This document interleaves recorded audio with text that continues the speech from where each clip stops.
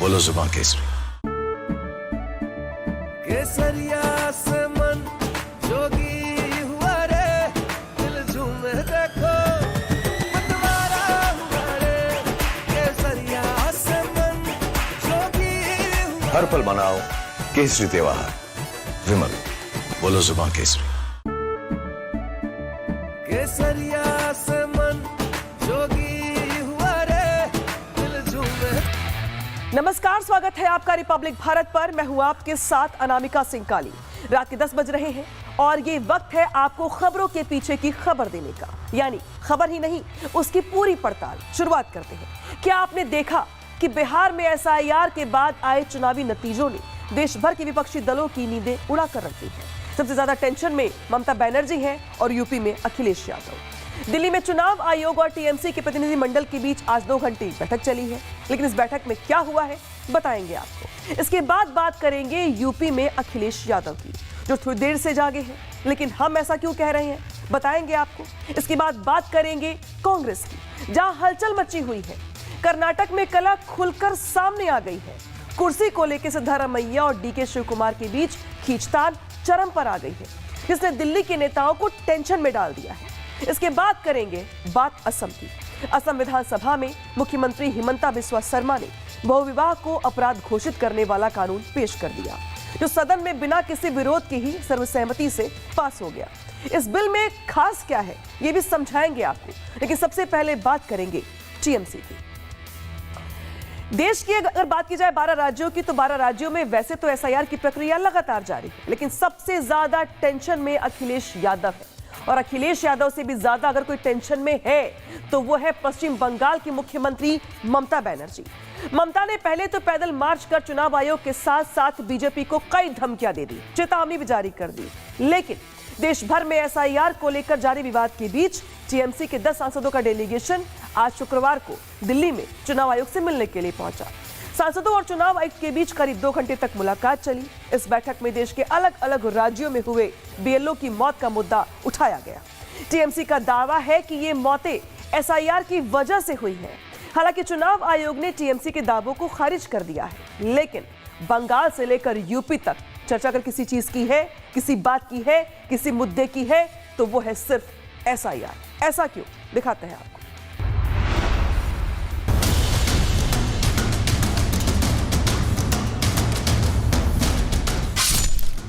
बिहार में एसआईआर के बाद आए चुनावी नतीजों ने देश भर में विपक्षी दलों की नींदें उड़ा दी है।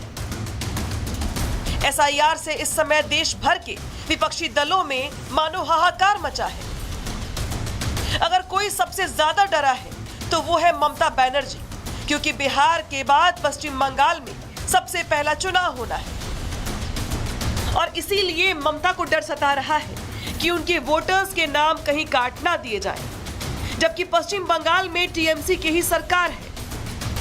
अधिकारी और 86,000 बीएलओ भी उनके ही हैं। इसके बावजूद ममता समेत पूरी टीएमसी एसआईआर को लेकर तरह तरह के भ्रमजाल बुन रही है। पश्चिम बंगाल में एसआईआर से डरी ममता ने 10 जिलों के एसपी का तबादला कर दिया।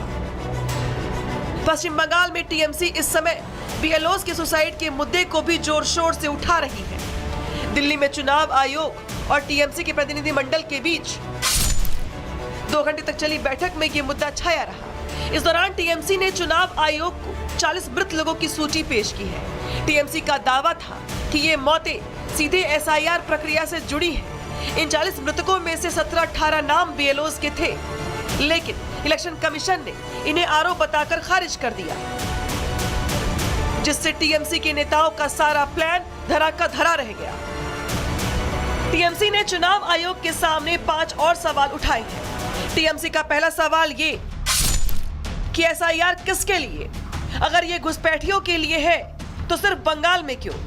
दूसरा सवाल था कि अगर पुरानी सूची गलत तो सरकार गलत। तीसरा सवाल था कि बीएलओ पर आवश्यकता से अधिक दबाव क्यों डाला जा रहा है? टीएमसी का चौथा सवाल था कि एसआईआर में बंगला सहायकों को शामिल क्यों नहीं किया गया?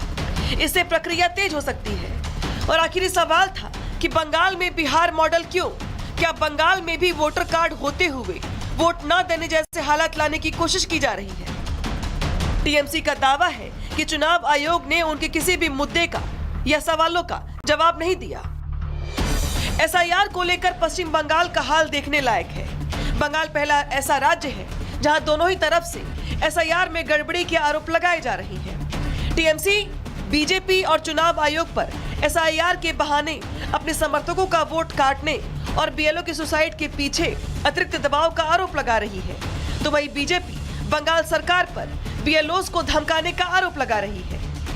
देखिए, मैं पहले ही बोल चुका हूं कि पहले सवाल पूछिए कि जो लोग गए हैं उन्होंने एसआईआर के ऊपर एसआईआर का फॉर्म फिलअप किया है क्या, उनके परिवार ने किया है क्या, अगर किया है तो दोहरा स्टैंड आप क्यों ले रहे हैं। जैसे सुसाइड का न्यूज आया, कल मेरे पास एक न्यूज आया, एक दिव्यांग बीएलओ जिन्होंने 14 दिन में एसआईआर कंप्लीट कर दिया। ये पॉजिटिव न्यूज है, इसमें ममता बनर्जी और उनकी टीम का हाल कभी नहीं बोलेगी। और मैं पहले ही बता चुका हूं कि अगर 1 साल तक एसआईआर करना है करिए। एसआईआर का प्रोसीड्योर चल रहे वो किसके लिए है? देश में जो घुसपैठिया बोल रहे उनके लिए, या ये करेक्शन, वोटर लिस्ट करेक्शन करने के लिए? घुसपैठिया अगर है तो त्रिपुरा क्यों नहीं, मिजोरम क्यों नहीं, अरुणाचल क्यों नहीं, नागालैंड क्यों नहीं, मणिपुर क्यों नहीं, सिर्फ वेस्ट बंगाल क्यों? पश्चिम बंगाल में टीएमसी और बीजेपी के बीच छिड़े सियासी घमासान के बीच एसआईआर की प्रक्रिया भी लगातार जारी है। 4 नवंबर से शुरू हुआ एसआईआर 4 दिसंबर तक चलेगा। ड्राफ्ट इलेक्टोरल रोल 9 दिसंबर को पब्लिश किए जाएंगे। इसके बाद 9 दिसंबर से 8 जनवरी 2026 तक क्लेम और ऑब्जेक्शन का समय दिया जाएगा। नोटिस, फेज सुनवाई और वेरिफिकेशन का काम 9 दिसंबर से 31 जनवरी 2026 तक होगा। इसके बाद 7 फरवरी 2026 को फाइनल इलेक्टोरल रोल पब्लिश किए जाएंगे। उधर विपक्षी दलों ने एसआईआर में सहयोग करने की बजाय सुप्रीम कोर्ट में याचिका दाखिल कर इलेक्शन कमीशन और एसआईआर की प्रक्रिया पर सवाल खड़े किए हैं। तो जब बिहार इतना बड़ा राज्य में एसआईआर की प्रक्रिया अच्छे तरीके से पूर्ण हुई और माननीय उच्चतम न्यायालय ने विस्तृत इस पर जो है चर्चा की, तो अब फिर किस तरह की बातें लोग उठाना चाहते हैं? मतदाता सूची का शुद्धिकरण क्या है? अगर कोई मृत हो जाए तो क्या जो आदमी का मृत्यु हो गया, क्या उसका नाम नहीं हटना चाहिए? क्या जिस मतदाता का 2 जगह नाम है मतदाता सूची में, तो क्या 2 जगह नाम रहना चाहिए? एक जगह से तो हटना ही चाहिए। पश्चिम बंगाल में छिड़े सियासी उठापटक के बीच चुनावी रोल की मैपिंग को लेकर एक चौंकाने वाला खुलासा भी हुआ है। बंगाल के चुनाव अधिकारी मनोज अग्रवाल ने बताया कि अब तक 4.3% पंजीकृत मतदाता ऐसे हैं जिनका डेटा 2002 के एसआईआर या किसी दूसरे राज्यों के चुनावी रोल से मेल नहीं खा रहा है। ये आंकड़ा चुनाव आयोग के 28 अक्टूबर के उस आकलन में काफी कम है, जिसमें कहा गया था कि बंगाल के 7.6 करोड़ मतदाताओं में से 49% का डेटा 2002 के एसआईआर के रोल से लिंक नहीं हो पा रहा। मनोज अग्रवाल ने बताया कि बुधवार तक 6 करोड़ से ज्यादा एन्यूमरेशन फॉर्म डिजिटाइज किए जा चुके हैं। इनमें से करीब 26 लाख मतदाताओं का डेटा मैच नहीं हो पा रहा है। यानी पिछले 23 सालों में 19,000 पोलिंग बूथ बढ़ गए हैं। इसी वजह से शुरुआती दौर में मैपिंग का प्रतिशत कम था। पश्चिम बंगाल में एसआईआर को लेकर सियासी जंग छिड़ी है। टीएमसी ऐसा माहौल बनाने का प्रयास कर रही है कि एसआईआर में अपने विरोधियों का वोट काटकर बीजेपी चुनाव जीतने की फिराक में है, लेकिन अभी तक सिर्फ 4.3% मतदाता ऐसे हैं जिनका डेटा मैच नहीं हो रहा है। ये वोटर या तो मृत हैं या फिर किसी दूसरे राज्यों में शिफ्ट हो गए हैं। हालांकि ईसी की तरफ से अभी भी इनकी खोज जारी है। ऐसे में टीएमसी का वोट काटने वाला दांव तो सीधे फर्जी निकल रहा है। अब सवाल यह है कि क्या टीएमसी जानबूझकर देश की जनता को गुमराह कर रही है? क्या टीएमसी अभी से अपनी हार का बहाना बना रही है? और सबसे बड़ा सवाल तो ये कि क्या विपक्षी दल चुनाव आयोग को बदनाम करने की साजिश रच रहे हैं? Bureau report, Republic Bharat. बड़ी खबर आ गई है, टीएमसी को चुनाव आयोग का जवाब सामने आया है। टीएमसी के सारे आरोप निराधार हैं, इलेक्शन कमीशन की ओर से कहा गया है। टीएमसी 9 दिसंबर के बाद आपत्तियां दर्ज करवाए, एसआईआर प्रक्रिया में दखल की कोशिश ना की जाए, बीएलओ पर राजनीतिक पार्टियां दबाव न डाले, चुनाव आयोग के नए ऑफिस को सुरक्षा दी जाए। चुनाव आयोग ने बंगाल के डीजीपी को भी पत्र लिखा है।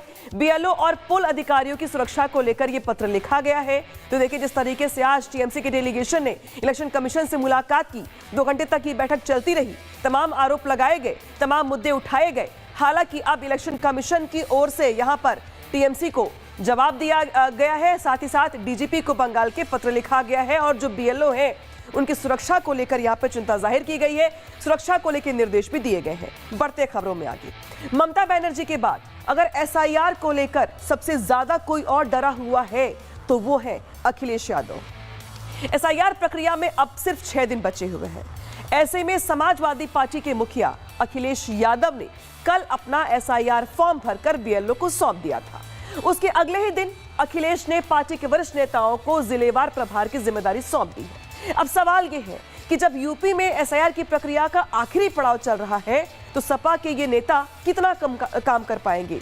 साथ ही सवाल ये भी कि 44 नेता हैं, 75 जिले हैं, भला काम कैसे हो पाएगा। और सबसे बड़ा सवाल तो ये कि अखिलेश यादव क्या देर से नहीं जागे, बाद में आरोप लगाएंगे, लेकिन वो खुद इस पूरे मामले में लापरवाही करते हुए दिखाई दे रही हैं। रिपोर्ट देखिए कैसे।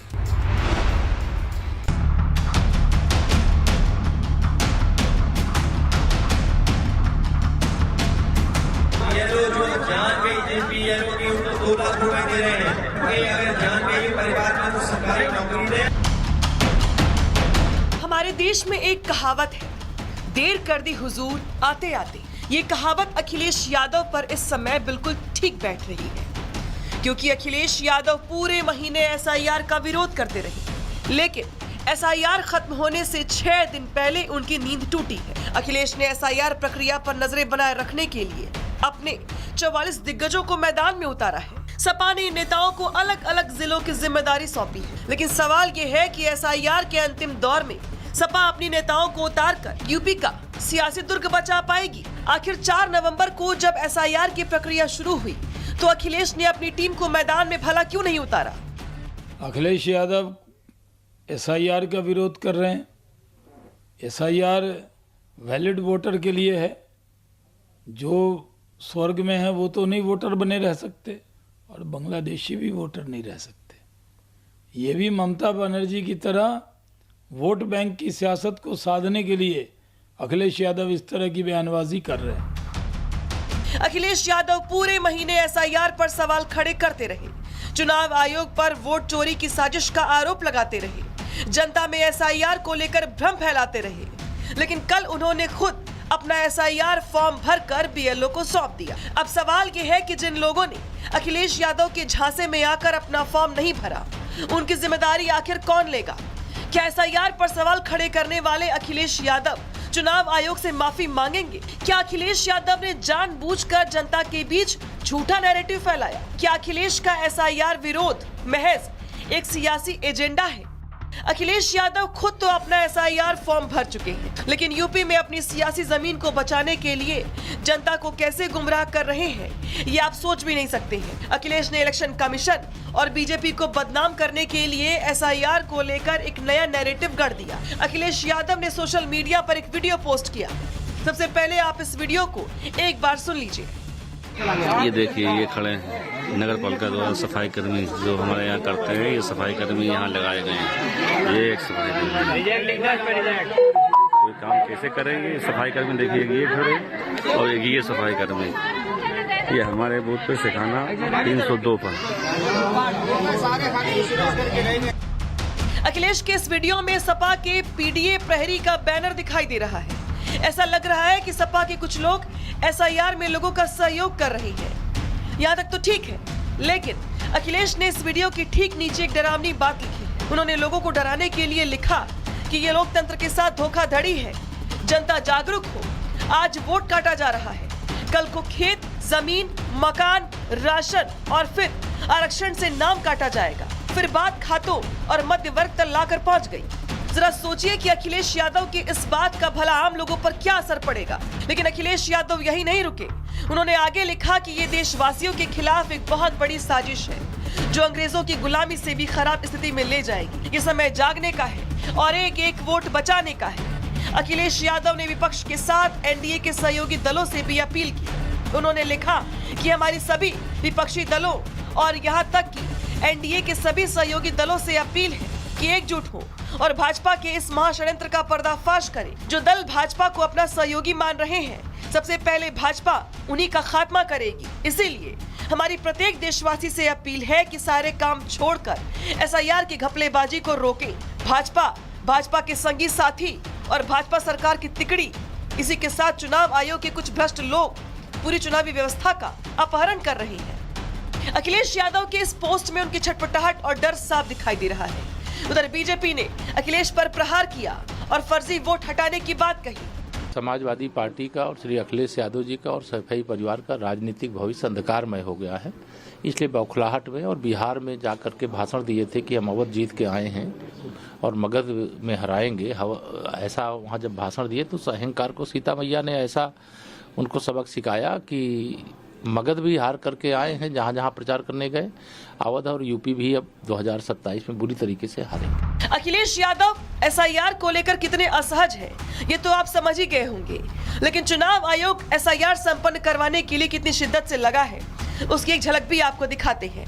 इलेक्शन कमीशन के अफसर ग्राउंड पर तो हैं ही, बीएलओ को भी लगातार गाइड कर रहे हैं। इसके अलावा सोशल मीडिया पर भी एसआईआर फॉर्म को लेकर लगातार वीडियो डाल रही है, जिससे किसी को भी अपना एसआईआर फॉर्म भरने में दिक्कत ना हो।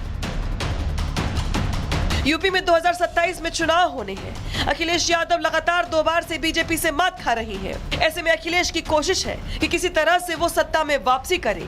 लेकिन एसआईआर के विरोध पर जिस तरह से अखिलेश यादव एक्सपोज हो रहे हैं, एसआईआर को लेकर जनता के बीच झूठे नैरेटिव गढ़ रहे हैं, उससे जनता में अलग ही मैसेज जा रहा है। क्योंकि जनता जानती है कि वोटर लिस्ट और जमीन के दस्तावेजों का आपस में कोई लिंक ही नहीं है। Bureau report, Republic Bharat.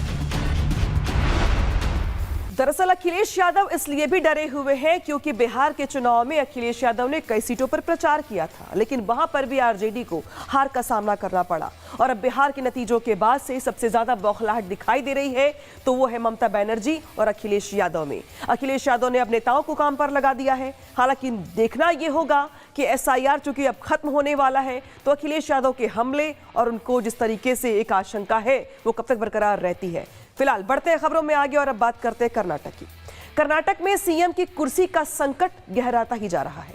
मुख्यमंत्री सिद्धारमैया और डिप्टी सीएम डीके शिवकुमार के गुटों के बीच जुबानी जंग थमने का नाम नहीं ले रही है और दिल्ली में आलकमान चिंतन मनन में जुटा हुआ है। चिंता इस बात को लेकर के है कि कहीं कर्नाटक का किला ढह ही ना जाए, क्योंकि शिवकुमार और सिद्धारमैया के बीच कोई झुकने को तैयार नहीं है और ना ही कोई पीछे हटने को तैयार है।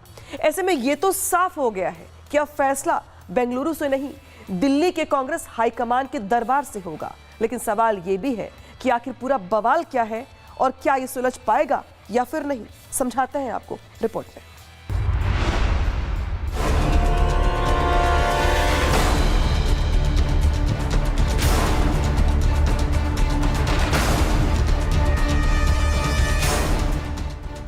देश की सबसे पुरानी पार्टी कांग्रेस को 2014 के बाद एक चुनाव में मुंह की खानी पड़ रही है।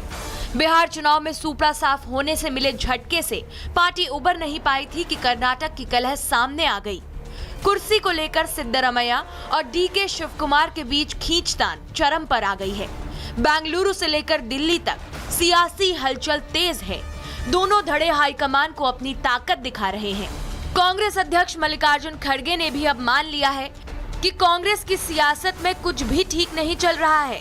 सूत्रों के मुताबिक राहुल गांधी कर्नाटक विवाद पर जल्द सिद्धारमैया और शिवकुमार के साथ बैठक कर सकते हैं। Definitely, I'll go to Delhi because Delhi is our temple.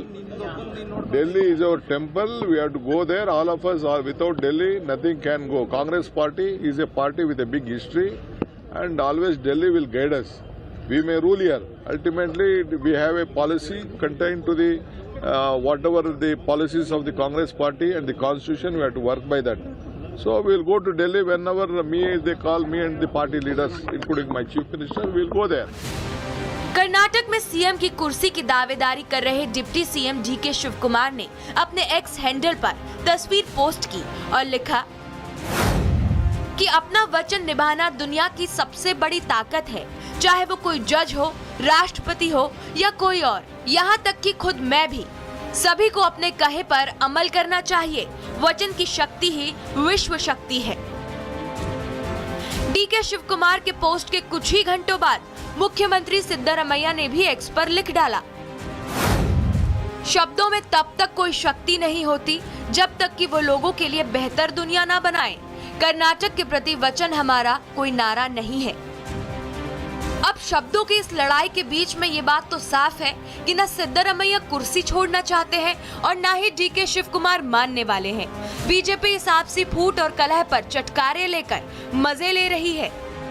Because CM and Deputy CM both are in a very egoistic attitude. They are not ready to budge an inch.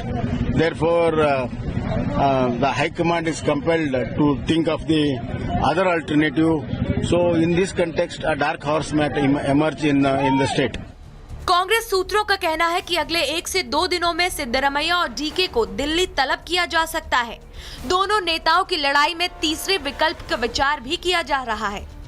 इन बातों को हम लोग कमेंट नहीं करते हैं। High command अपने स्तर पर बातचीत कर रहा है और क्या वास्तविकता है, मीडिया में जो बातें आती है वो सुनी सुनी आती है, वास्तविकता बिल्कुल डिफरेंट होती है। पार्टियों के अंदर क्या बातचीत होती है, क्या फैसले होते हैं, बाहर मीडिया जिस प्रकार से बताता है, अधिकांश वक्त में मैं समझता हूँ वो बातें सच्ची बात नहीं होती है। ये कोई पहली बार नहीं है कि जब कांग्रेस में अंदरूनी लड़ाई सरकार गिराने की कगार तक आ गई हो। राजस्थान में पायलट और गहलोत के बीच सीएम पद को लेकर खींचतान चली थी। छत्तीसगढ़ में भूपेश बघेल और टीएस सिंह देव के बीच खींचतान हुई थी। अब कर्नाटक में भी सीएम पद के लिए रस्साकसी तेज हो गई है। सूत्रों के मुताबिक उस समय 2.5 साल सीएम फॉर्मूला तय हुआ था।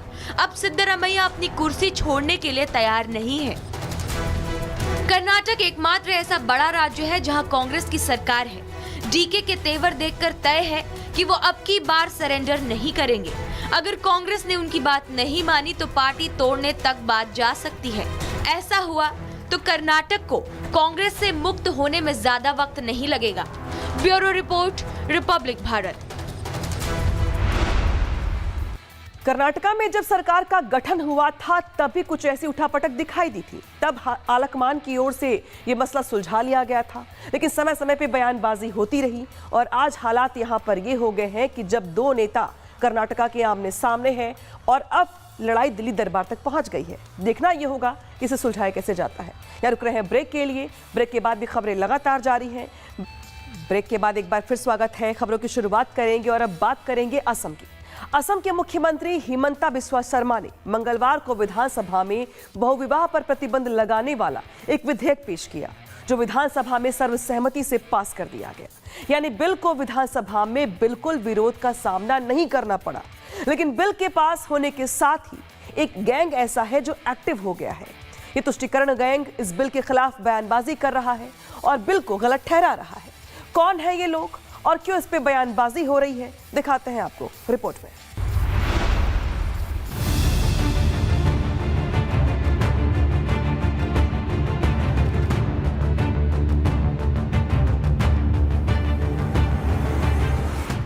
असम विधानसभा में मुख्यमंत्री हिमंता बिस्वा शर्मा ने बहु विवाह को अपराध घोषित करने वाला कानून पेश किया, जो सदन में बिना किसी विरोध के सर्वसम्मति से पास हो गया। असम असेंबली में कल बहु विवाह को बंद करने के लिए एक विधायक को स्वीकृति मिला। इस कानून का अनुसार असम में बहु विवाह पॉलीगैमी नहीं होगा। प्रदेश के लिए यह फैसला मील का एक पत्थर बताया जा रहा है। माना जा रहा है कि इससे प्रदेश की मुस्लिम महिलाएं सशक्त होंगी। मुस्लिम समुदाय के लोग भी इस फैसले का स्वागत कर रहे हैं।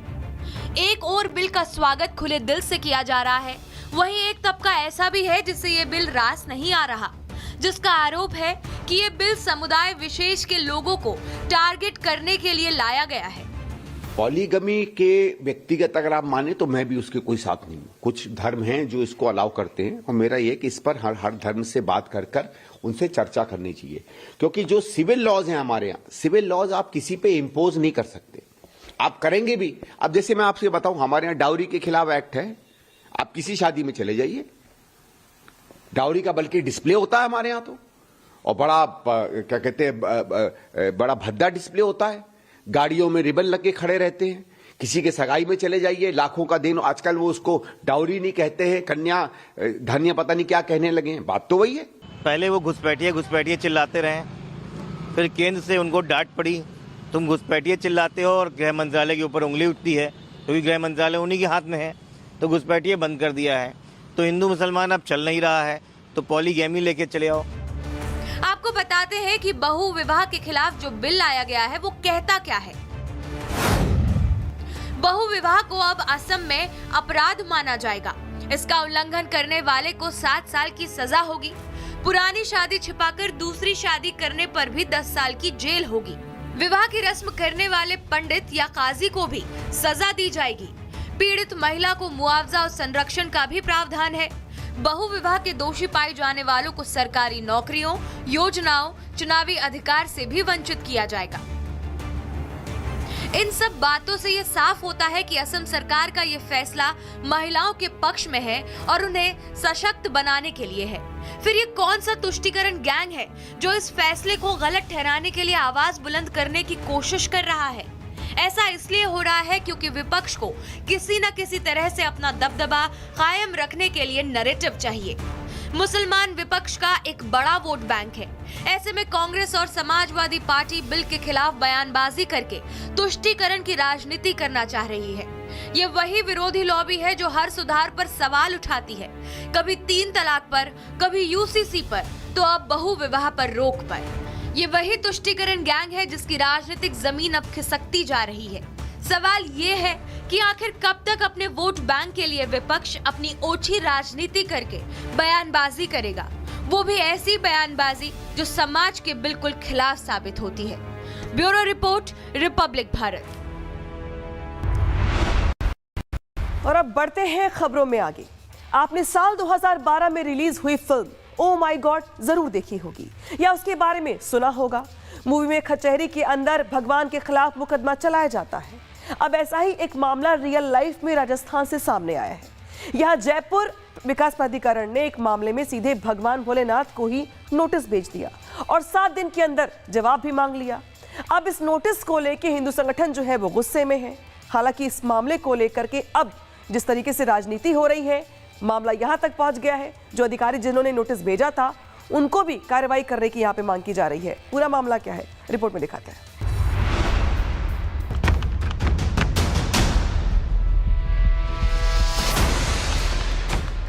अगर इंसान पर मुसीबत आती है तो वो सीधे भगवान की शरण में जाता है, लेकिन जब भगवान पर ही मुसीबत आ जाए और उन्हें कोर्ट का नोटिस थमा दिया जाए तो वो कहां जाए। सुनने में यह आपको अजीब जरूर लगेगा, लेकिन सच यही है। जयपुर विकास प्राधिकरण ने सीधे भगवान शंकर को नोटिस भेजकर उनसे 7 दिनों के भीतर जवाब मांगा है। जिसने भी भगवान शंकर को जेडीए का नोटिस मिलने की खबर सुनी वो हैरान रह गया। अब आप सभी सोच रहे होंगे कि आखिर कोर्ट में भगवान शंकर को मिले नोटिस का जवाब भला कौन देगा। भगवान शंकर को नोटिस भेजने की खबर पूरे देश में चर्चा का विषय बनी हुई है। दरअसल मामला वैशाली नगर इलाके में सड़क चौड़ीकरण से जुड़ा हुआ है, जहां हाई कोर्ट के आदेश पर जेडीए ने सड़क चौड़ीकरण करने के लिए 70 दुकान मालिकों को नोटिस थमा दिया। यहाँ रास्ते में एक शिव मंदिर भी है।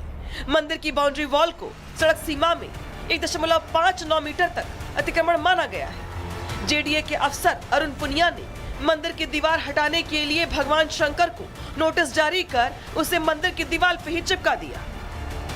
जैसे ही मंदिर पर नोटिस को चस्पा करने की खबर सामने आई, हंगामा मच गया। हमेशा हमारे भगवान की पूजा करने यहाँ आते हैं। हमारे कॉलोनी की सारी लेडीज यहाँ पे आती है। यहाँ भजन कीर्तन होते हैं। हमेशा पहले ये गांधी पथ पे होता था, अब ये कार्यक्रम यहाँ होता है। जन्माष्टमी, दिवाली, हर फेस्टिवल हम यहाँ दिया लगाने आते हैं। कार्तिक महीने में सारी लेडीज यहाँ पे आके इकट्ठा होती है, दिया लगाती है। और अभी इसी भगवान जी को हमारे यहाँ पे कुछ नेताओं ने मिलकर यहाँ पे नोटिस भिजवाया है, तो ये अनुचित है। जो पहले वहाँ पे मंदिर था, वहाँ पे हम लोग पहले श्रद्धा से इस मंदिर हम वहीं पूजा करते हैं। वहाँ मंदिर टूटा था, हमने बहुत रोए इस मंदिर के लिए। हमारा मंदिर यहाँ से हट रहा है, हमारे भगवान हमारे साथ छोड़ रहे हैं। अब वो मंदिर यहाँ शिफ्ट किया। अब यहाँ आने के हमने यहाँ पे भी हमारा मन रहा कि हमारे रोड पे ये मंदिर, अब इस मंदिर को कहाँ शिफ्ट करने चाहते हैं ये लोग? पहले हमें बेघर किया, अब हमारे भगवान को बेघर कर रहे हैं, तो हम इसके खिलाफ हैं। हम सब प्लीज हम सबसे यही कार्य करके आप इस कार्य का यहीं रोकें और हमारे सबका समर्थन करें। हिंदू संगठन के लोगों ने जेडीए के खिलाफ प्रदर्शन शुरू कर दिया। हिंदू संगठनों ने मंदिर की दीवार तोड़ने को लेकर अपनी आवाज बुलंद की और धीरे धीरे लोगों में आक्रोश बढ़ने लगा। मामला इतना गंभीर है कि जो संसार का मालिक है, सृष्टि का मालिक है, देवों का देव है महादेव, आज उस देव के पीछे ही जो हमारी सरकार पड़ गई है। हमारे ये जो प्राधिकरण वाले पड़ गए हैं, ये बहुत बेकार है। जिसने पूरे संसार को बनाया है, उसने पूरे मानव जाति को पैदा किया है, बनाया है, विस्थापित किया है। आज उस भोलेनाथ को ये लोग जेडीए वाले प्राधिकरण वाले हटाना चाहते हैं। ये अरे सोचो जरा, ध्यान दो, आप भ्रष्ट हो, इस तरह से भ्रष्ट मत हो। ये संसार है ना, ये उसी का बनाया हुआ है। आप मिनटों में मिट जाओगे, कोई पता नहीं पड़ेगा कब पिल्ले हो जाए। रिपब्लिक भारत ने भगवान शंकर को नोटिस भेजने की खबर प्रमुखता से दिखाई। खबर चली तो मामला सीएम हाउस तक पहुंच गया। जैसे ही सीएम भजन लाल शर्मा को इस मामले की जानकारी मिली, उन्होंने तुरंत एक्शन लिया। सीएम भजन लाल शर्मा ने भगवान शंकर को नोटिस जारी करने वाले जेडीए अफसर अरुण पुनिया को तत्काल प्रभाव से निलंबित कर दिया। रिपब्लिक भारत को भी इस बात के लिए तारीफ करूंगा कि ऐसे विषय को उन्होंने तुरंत उठा करके सरकार के ध्यान में, संज्ञान में लाने का काम किया। निश्चित रूप से ये अब भाजपा की सरकार है। इस तरह की बेवकूफ़ियों के लिए, बेहूदगी के लिए किसी प्रकार की कोई गुंजाइश नहीं हो सकती। इसी अधिकारी ने जिसने भी काम किया, निश्चित रूप से सरकार ने बहुत सही तरह से, सही समय पर बिल्कुल तुरंत निर्णय लिया। बहुत अच्छी चीज। जेडीए के अफसर ने जो हरकत की है, उसकी सजा सिर्फ निलंबन तक सीमित नहीं होनी चाहिए। सरकार को यह सुनिश्चित करना चाहिए कि जिम्मेदार अफसर हिंदुओं की आस्था से खिलवाड़ करने के लिए इस तरह की हरकत दोबारा ना करें। Bureau report, Republic Bharat. और इस बीच बड़ी खबर आ रही है, जहां से अल फलाह को लेकर सूत्रों के हवाले से बड़ा खुलासा हुआ है। दिल्ली में अल फलाह की जमीन की पोल खुली है। मरे हुए लोगों के नाम पर बनाई गई फर्जी जीपीए।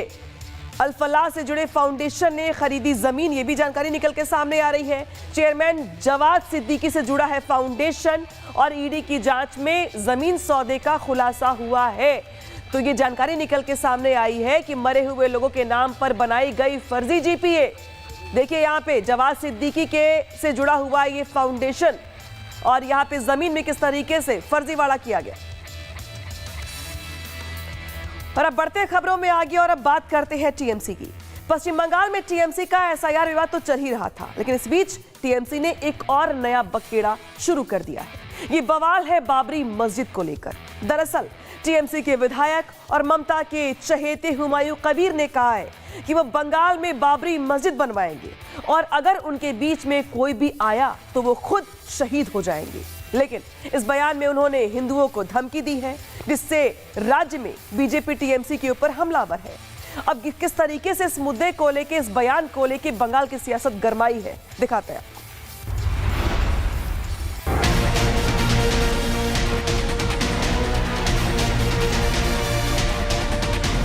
बंगाल विधानसभा चुनाव में फिलहाल समय है, लेकिन यहाँ की राजनीतिक हवाएं अभी से गर्म होने लगी हैं।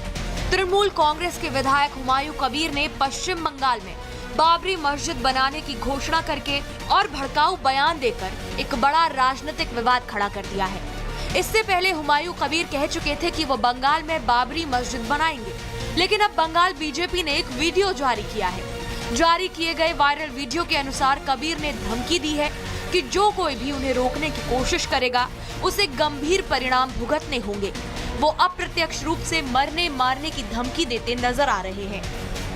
এবং করব কোন শক্তি থাকলে আমাকে রুখে নেবে, তাতে আমি সহ 100 জন শহীদ হলে 500 জনকে শহীদ করে দেব। ওখানে আমার চ্যালেঞ্জ এটা, কেউ বলেছে তো यूपी।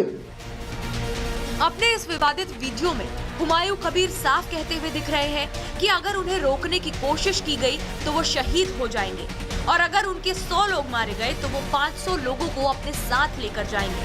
मतलब खुलेआम वो हिंदुओं को धमकी दे रहे हैं, जिससे धार्मिक भावनाएं आहत होने के साथ माहौल खराब हो सकता है। ऐसे भड़काऊ बयानों से पश्चिम बंगाल जैसे संवेदनशील राज्य का माहौल बिगड़ सकता है। लेकिन ऐसे बयान इस समय में क्यों दिए जा रहे हैं? क्या इसका नाता 2026 में होने वाले बंगाल चुनावों से है? आंकड़ों के मुताबिक बंगाल में 27% मुस्लिम आबादी है। कोलकाता, मुर्शिदाबाद, उत्तर और दक्षिण 24 परगना, मालदा और हावड़ा जैसे जिले मुस्लिम आबादी की अधिकता वाले क्षेत्र हैं। मस्जिद बनाने जैसे बयानों से मुस्लिमों की धार्मिक भावनाएं टीएमसी की तरफ जाएंगी, जिसका मतलब साफ है कि बंगाल में तुष्टीकरण की राजनीति की जा रही है।